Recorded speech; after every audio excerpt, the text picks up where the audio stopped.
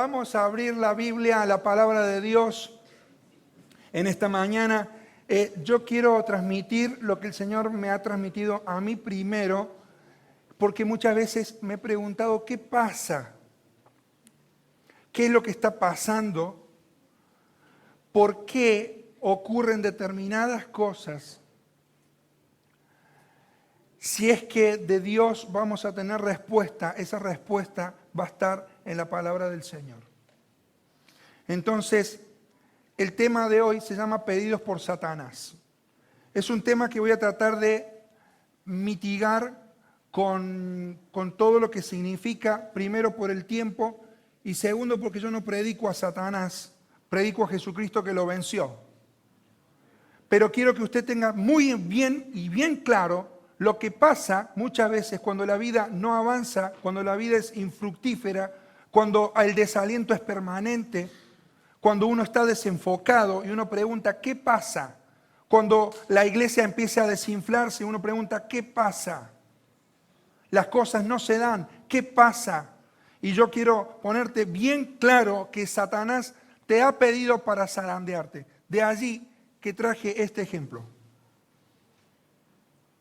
Por si no lo sabías, eres alguien que a tus espaldas el diablo le ha pegado un cartel que dice, a este le voy a dar. ¡Pum! El ladrón no viene sino a robar, a matar y a destruir. Vuelvo a repetir, la Biblia habla del enemigo de nuestras almas, habla del adversario, habla del acusador. Habla del que sujeta a las personas bajo un yugo de temor y de muerte, y como al creyente el diablo no lo puede matar, porque la vida que tiene en Cristo es vida eterna, lo que sí hace es inyectarle a cuentagotas el desánimo, a cuentagotas la agonía, a cuentagotas la frustración, la insatisfacción. Y el cristiano vive una vida que no es la vida plena que Cristo ha planteado y que se nos enseña en la Escritura. Entonces, sepa qué es lo que pasa, sepa qué es lo que va a pasar, es el pensamiento de hoy. Pedidos por Satanás. Ahora, antes de leer el pasaje central de la mañana de hoy, quiero recordarte que en el texto vamos a leer dos pedidos. Por un lado. Por el otro lado, en la vida, en la relación de Jesús con sus discípulos, hay básicamente 4 niveles en la delegación del discipulado.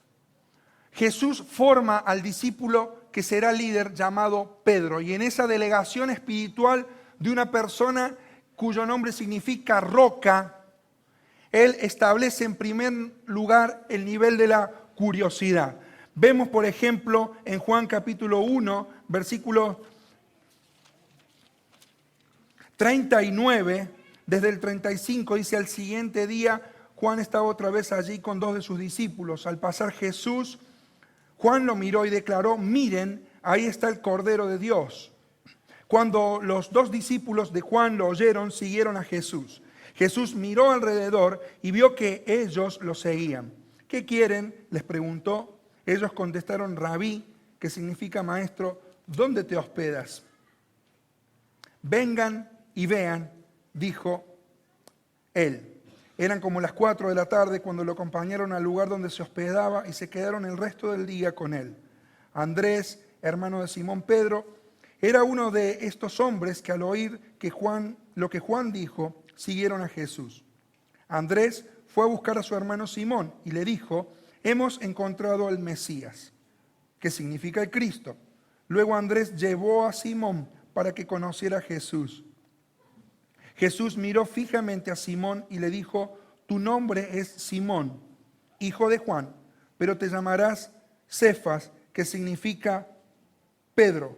Este nombre también significa roca. El primer nivel del discipulado tiene que ver con venir y ver, la curiosidad. Estamos en un tiempo donde se predica también la palabra de Dios de una forma antropocéntrica, donde Dios parece un dispenser que está viviendo una situación de un Dios acomodaticio que se tiene que acomodar y ajustar a mis pretensiones. Ahora, lo que plantea Jesús y Dios en el Evangelio es una relación de discípulo. Yo quiero ponerte bien en claro una cosa, amigo, porque es agotador arrear a las personas. Quien conoce de verdad a Jesús ha escuchado su voz y Él no le pide por favor a la gente que lo siga. Jesús llama a las personas y le dice, seguime. Y cuando lees los evangelios encuentras allí que no le pide vení, seguime por favor. Su voz es una voz de poder, su voz es una voz de autoridad y en ese poder y autoridad Jesús te dice a vos también hoy, seguime. El primer nivel de la relación de Jesús con el discípulo es el nivel de la curiosidad. Vení y ve. Cuando el discípulo escucha la voz del maestro, va y empieza a ver a un Dios de gloria, a un Dios de santidad, a un Dios de poder. El segundo nivel ya está en el libro de Lucas capítulo 5, el nivel del compromiso, donde ya no es vení y ve, sino que es vení y seguime. En el medio del mar ocurre algo que asusta a los discípulos y en Lucas capítulo 5 versículos 1 al 11 encontramos nuevamente a Simón tomando la delantera, un hombre con un puñado de alegrías, también otro puñado y un montón de problemas, pero que él seguía a Jesús. Él había escuchado su voz y su llamado. Y esta vez acontece allí en Lucas algo en el medio del mar y dice que las redes, cuando ellos se habían cansado de remar mucho toda la noche y no habían pescado nada, escucharon la voz de Dios que le dice, ustedes tiren en aguas profundas las redes. Y ellos obedecieron ese cambio de dirección. Y cuando se llenaron las redes de tantos peces que comenzaron a romperse, un grito de auxilio atrajo a los compañeros de otra barca y pronto las dos barcas estaban llenas de peces y a punto de hundirse. Cuando Simón se dio cuenta de lo que había sucedido, cayó de rodillas delante de Jesús y le dijo, Señor, por favor, aléjate de mí, soy demasiado pecador para estar cerca de ti. Pues estaba muy asombrado por la cantidad de peces que habían sacado, al igual que los otros que estaban con él. Jesús le respondió a Simón, no tengas miedo, desde ahora en adelante pescarás personas. Y en cuanto llegaron a tierra firme, dejaron todo y siguieron a Jesús. El discípulo, en primer lugar, tiene curiosidad. Vení y mirá. Pero en segundo lugar, Jesús muestra una faceta de lo que Él es, de su programa, y empieza el nivel del compromiso. Jesús pide compromiso en el desafío. El discípulo en este momento tiene hambre y tiene sed de comer el alimento espiritual de Jesús porque se da cuenta que en Él hay otra cosa que el mundo no le va a poder proveer. En tercer lugar, tenemos el nivel de la convicción. Es vení y rendite. Mirá lo que dice Marcos capítulo 8. Verso 34. Jesús alimenta a los 4,000.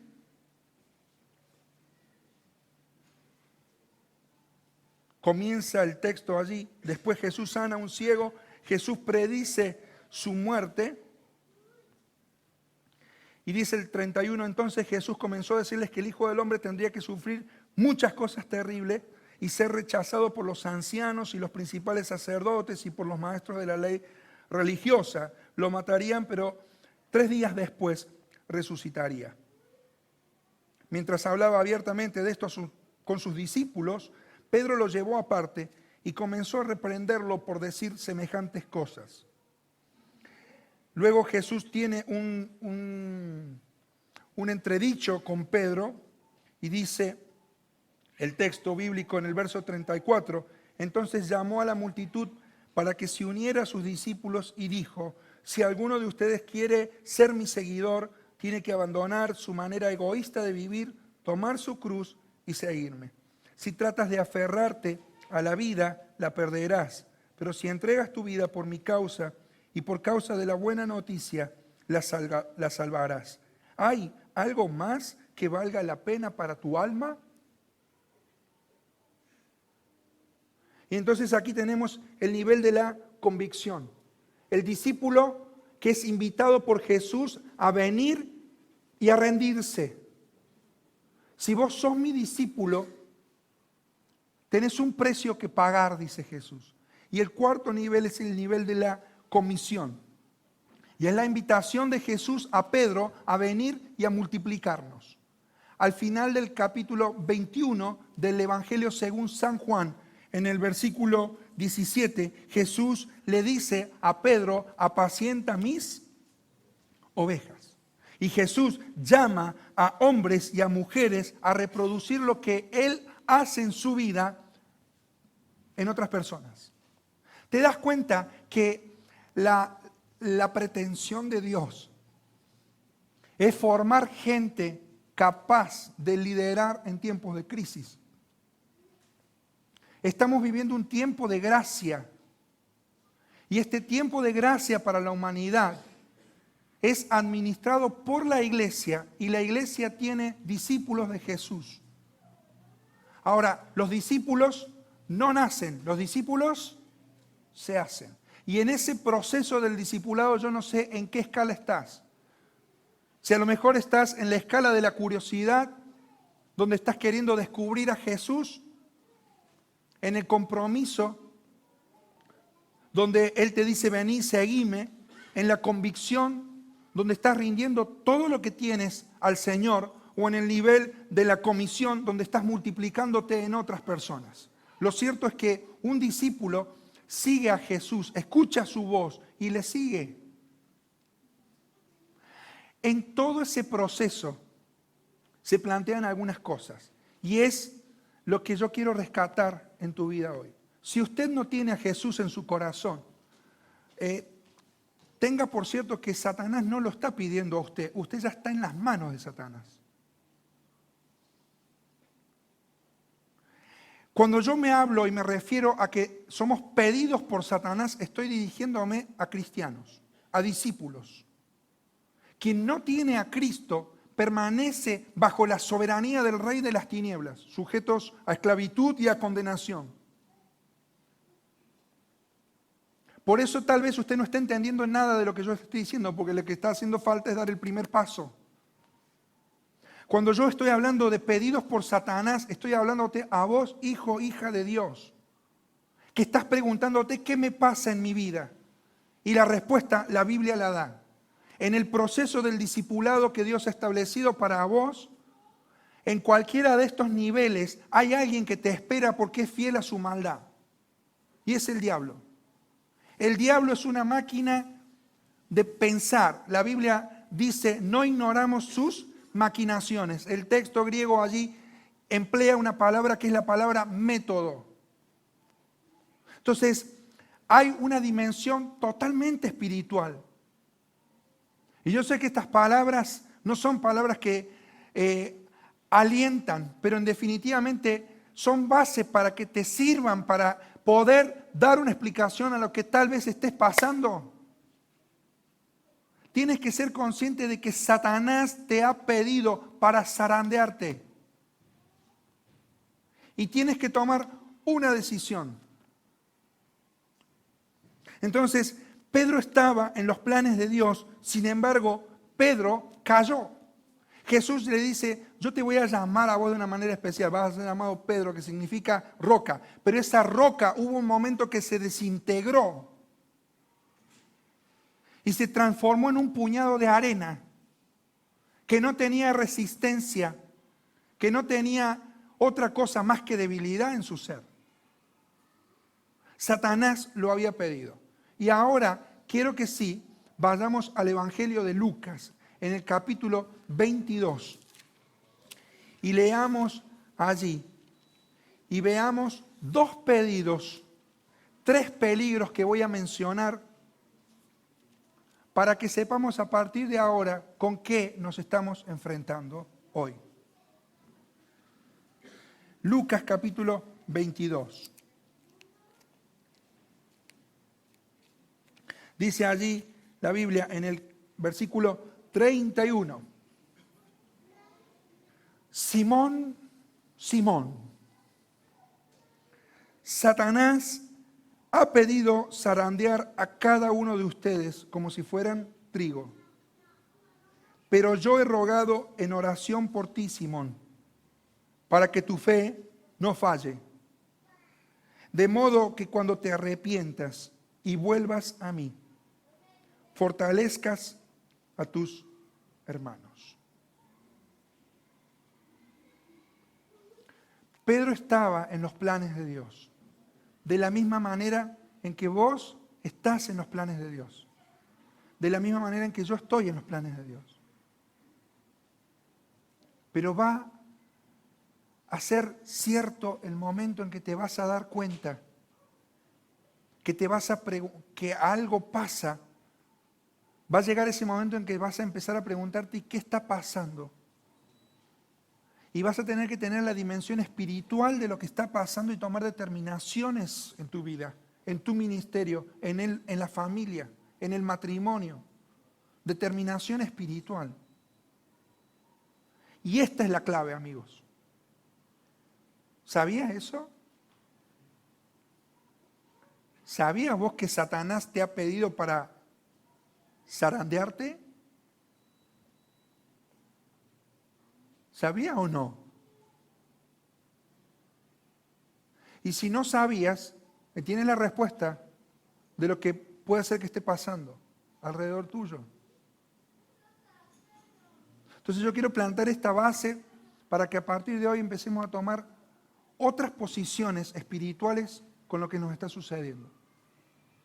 No digo que está todo mal, ni digo que está todo bien. Simplemente estoy afirmando la verdad de que hay tres peligros que nosotros vemos en la relación de Jesús con Pedro, que atraviesa una persona que es zarandeada por el diablo. En primer lugar, el peligro del desenfoque. Mira lo que dice Mateo capítulo 16. Mateo capítulo 16 dice allí en el versículo 21. A partir de entonces Jesús empezó a decir claramente a sus discípulos que era necesario que fuera a Jerusalén y que sufriría muchas cosas terribles. Lo matarían, pero el tercer día resucitaría. Entonces Pedro lo llevó aparte y comenzó a reprenderlo por decir semejantes cosas. Dios te libre, Señor, dijo, eso jamás te sucederá a ti. Jesús se dirigió a Pedro y le dijo, aléjate de mí. ¿Qué cosa? Satanás. Representas una trampa peligrosa para mí. Ves las cosas solamente desde el punto de vista humano, no desde el punto de vista de Dios. Y quiero llamar nuevamente la atención a la iglesia del Señor, con todo respeto, pero con la autoridad de la palabra de Dios. Es hora de ponerle un punto a mis razonamientos humanos. Es hora de ponerle un punto a mi propio parecer. A lo que yo sé, a lo que yo heredé, a lo que se ve en el plano sensorial, y empecemos a crecer, hermanos, en un plano espiritual, en el discernimiento espiritual de lo que nos está pasando. Dios sabe lo que está pasándote, pero debes saber que hay alguien que te ha puesto ese cartel y cuando te das vuelta a la espalda está apuntándote porque te ha pedido. Y muchas muy buenas motivaciones tenía Pedro como yo tengo y le decía, Señor, en ninguna manera esto te acontezca. Jesús con una dimensión espiritual le dice a Pedro, ¿qué le dice? Apártate de mí, Satanás. Tu visión es una visión humana. Tu visión es una visión que tiene carencia de discernimiento espiritual, hermano. No pones la mira en las cosas de Dios. Dice, ves las cosas solamente desde el punto de vista humano, no desde el punto de vista de Dios. Representas una trampa peligrosa. Hermanos, hay veces que hay personas con muy buenas intenciones, pero si no tienes discernimiento espiritual, representarán una trampa para tu vida del discipulado. Y en esta mañana Dios nos advierte del peligro del desenfocarnos.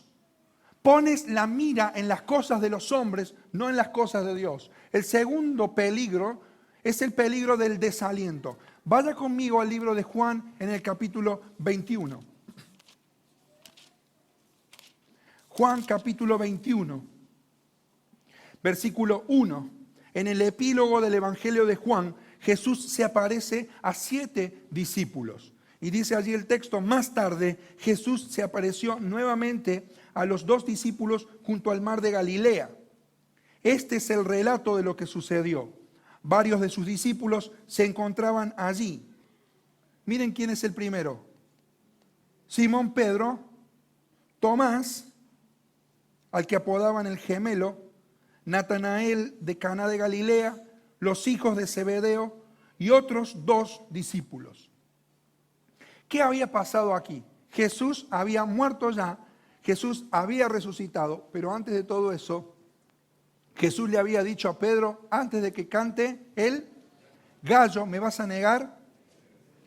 Hay 4 fases que se las voy a mencionar en la caída de Pedro. Fase número 1, la fase de la distancia. El seguimiento de Pedro se volvió distante en el tiempo de la traición. Lucas 22:54 dice, Pedro le seguía de lejos. Mi amigo, cuando alguien cae,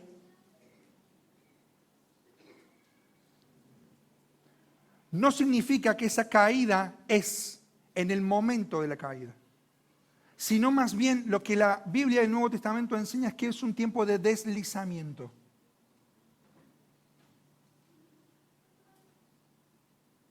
¿Se entiende? Nadie cae desde su punto medio. Siempre caes cuando el orgullo te pone en un lugar muy alto y desde allí caes.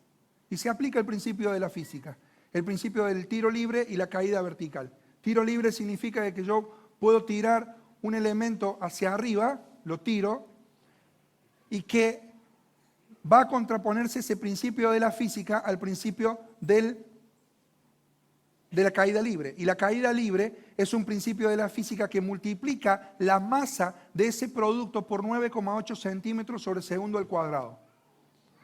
Es la fuerza de la gravedad. Yo no puedo tirar esto y que esto se quede en el lugar donde está.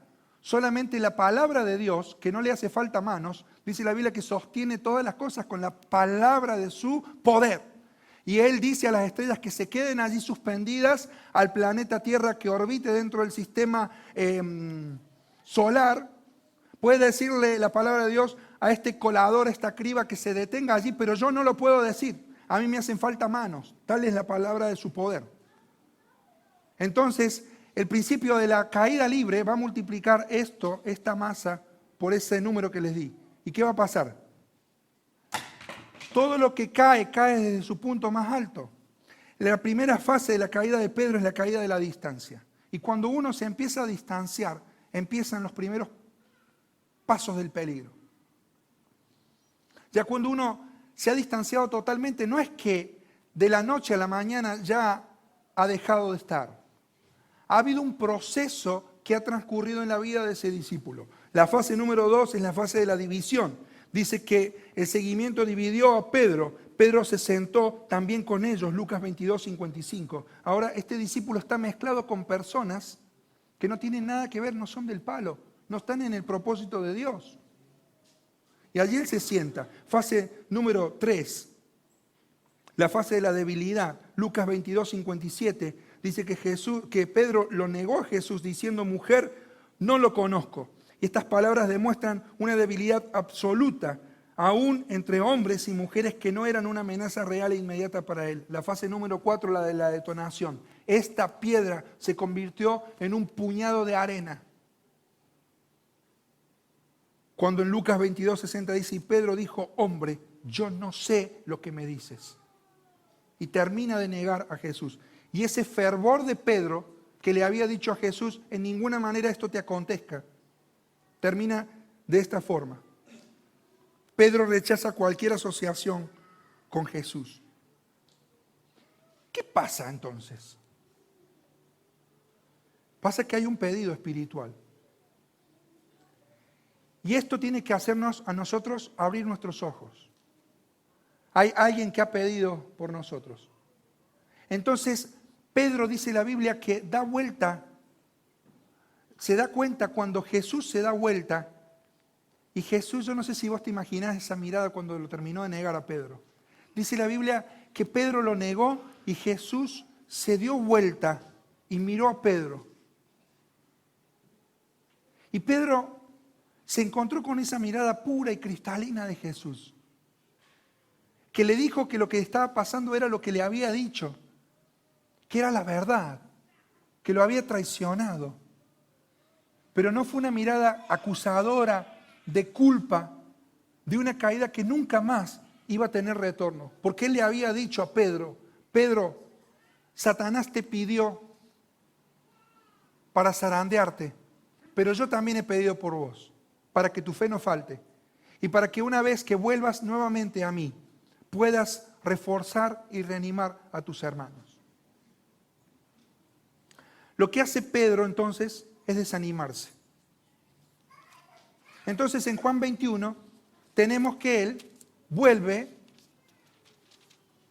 al mar, vuelve a lavar las viejas redes, vuelve la vida atrás, entiende que esta fue una locura que duró 3 años, que ya todo se terminó, que pasó aquel viejo tiempo de los milagros de la multiplicación del pan y de los peces, de la sanidad de los ciegos, de levantar cojos, de sanar ese que 38 años estuvo en una piscina esperando de que alguien lo empujara allí para ver el milagro del Señor. Y dice, ya todo está terminado para mí. Y el desaliento lo lleva a Pedro, número 1, pero el desaliento lo que tiene una característica, mi amigo. El desaliento es terriblemente contagioso. Terriblemente contagioso. Luchamos con el desaliento permanentemente.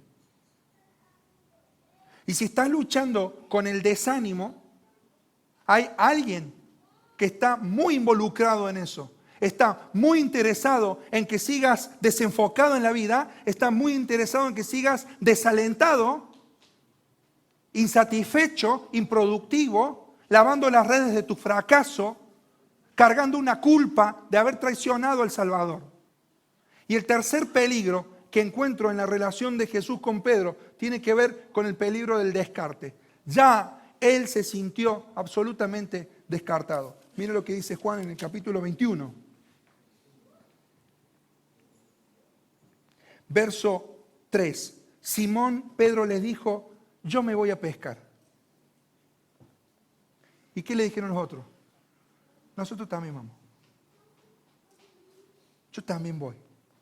Dijeron los demás. Así que salieron en la barca, pero no pescaron nada. Mire, la vida de un discípulo que vuelve sus espaldas a quien lo llamó es una vida de una profunda sequía. Por más que tenga técnicas y tácticas y sepa hacer muy bien lo que sabía hacer. Yo te pregunto, ¿ha dicho esto mismo que dijo Pedro? Yo me voy. Más sí. Yo me vuelvo. Estás diciendo eso porque estás en el peligro del desaliento y mucho más, estás sintiendo que estás descartado en la obra del Señor.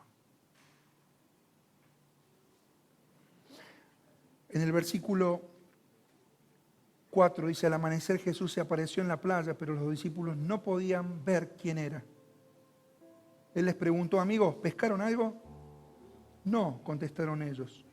Entonces Él les dijo, echen la red a la derecha de la barca y tendrán pesca. Ellos lo hicieron y no podían sacar la red por la gran cantidad de peces que contenía. Entonces el discípulo a quien Jesús amaba le dijo a Pedro: es el Señor. Cuando Simón oyó que era el Señor, se puso su túnica porque se la había quitado para trabajar. Se tiró al agua y se dirigió hacia la orilla. Los otros se quedaron en la barca y arrastraron la pesada red llena de pescados hasta la orilla, porque estaban solo a unos 90 metros de la playa. Cuando llegaron, encontraron el desayuno preparado para ellos: pescado a la brasa y pan. Fundamento bíblico: el asado. Cierre el paréntesis. Simón se tiró. Él se sentía descartado. Todavía no se había cruzado con Jesús. Se había ceñido su ropa, pero él se volvió a sacar todo. Se volvió a tirar al mar. Pero no encontramos en la Biblia una palabra siquiera que hayan cruzado. Fue solamente un encuentro de silencio entre quien lo había traicionado y Jesús, que lo había mirado. Pedro siguió llorando amargamente, dice el texto, muchos días de su vida. Pero ahí se encuentra con Jesús en la playa, en aquella mañana, en el mar de Tiberias. Y en silencio se miran. Jesús prepara algo para ellos, pero tiene algo más para Pedro. Jesús le dijo a Pedro: Pedro, vos no lo entendés ahora, pero lo que te pasa y lo que te va a pasar es que Satanás te ha pedido para zarandearte. Deja de razonar, deja de pedir y de medir las cosas de acuerdo a tus propias fuerzas. Acá la cosa es mucho más grande de la que vos te piensas. Se encuentran, come el pescado, come el pan. Y en el versículo 15, después del desayuno, Jesús le preguntó a Simón: Simón, hijo de Juan, ¿me amas más que estos? Sí, Señor, respondió Pedro, tú sabes que te quiero. Entonces, alimenta a mis corderos, le dijo Jesús. Jesús repitió la pregunta: Simón, hijo de Juan, ¿me amas? Sí, Señor, dijo Pedro, tú sabes que te quiero. Entonces, cuida de mis ovejas, dijo Jesús. Le preguntó por tercera vez: Simón, hijo de Juan, ¿me quieres? A Pedro le dolió que Jesús le dijera la tercera vez: ¿me quieres? Y le contestó: Señor, tú lo sabes todo. Tú sabes que te amo.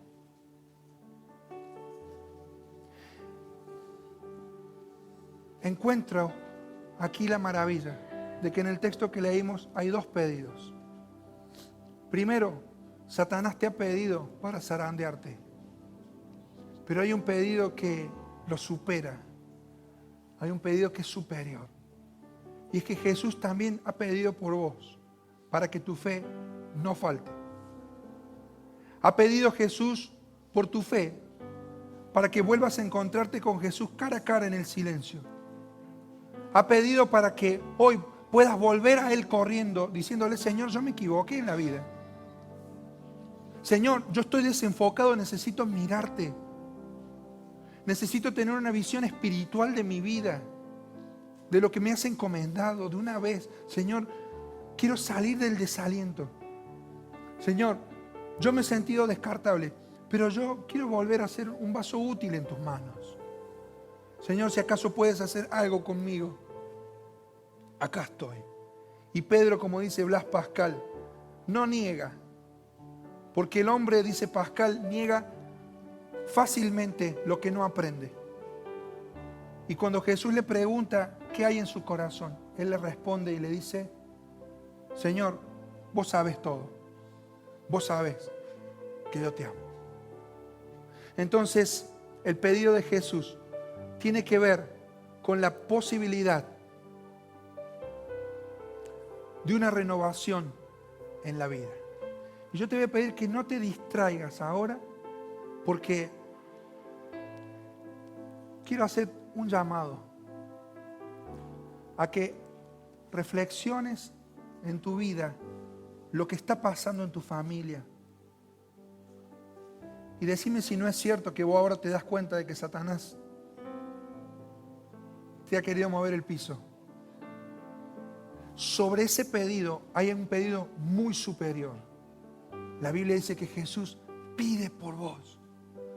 El Espíritu Santo pide, intercede. Es un abogado que te defiende. Pero mientras no soluciones este tema, no lo veas desde esta perspectiva, vas a seguir siendo siempre el mismo, siempre el mismo. Y van a pasar personas a tu alrededor, gente a tu alrededor. La vida te va a pasar por encima. Y si no tomas esta decisión, serás solamente un montón de arena que si se hubiera arrepentido y hubiera vuelto a Jesús, hubiera sido una roca como la que fue Pedro. Entonces Jesús en esta mañana se acerca al mar de tu fracaso, al mar de tus errores, al mar de tus posibilidades que se cortaron, de las cosas que pasaron en tu vida que te parece que ya no hay más chance. Simplemente Él te está mirando ahora en silencio y Él te dice: ¿me amás? ¿Me amás? Y que el Señor en esta mañana pueda escuchar estas palabras del corazón. Señor, tú lo sabes todo. Tú sabes que te amo.